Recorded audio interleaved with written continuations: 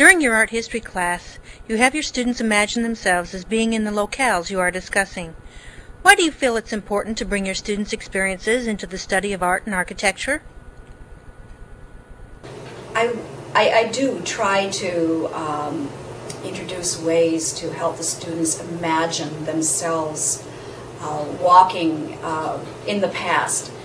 But it's a way of imagining that has to do with their understanding that art history isn't just about looking at monuments, buildings as monuments, and famous artworks.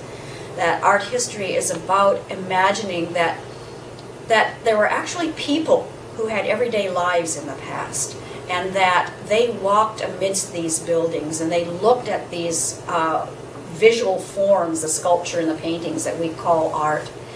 And by imagining that real people lived among these works, the students then can begin to become more interested in the past, and they can begin to relate to questions that can be posed about the past.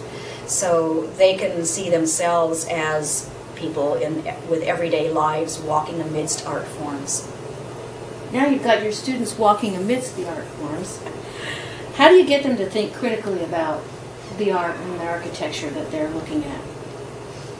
Well, especially in a history class, thinking critically begins with recognizing that there isn't one story to be told for history. The history that we talk about in a class depends on whose stories we are sharing.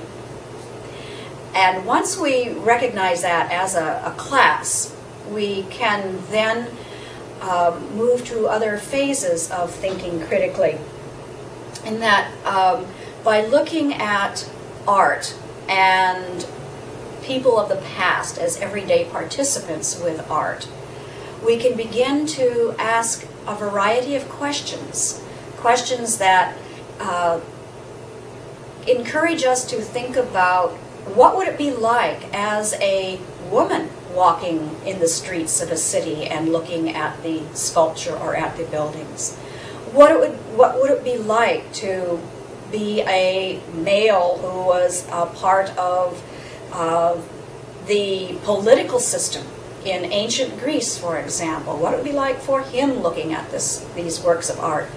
So with this, the students can begin to evaluate different perspectives, evaluate material that is presented to them, and pose, again, pose questions about the material so that they and I, as all participants in the class, begin to ask these questions.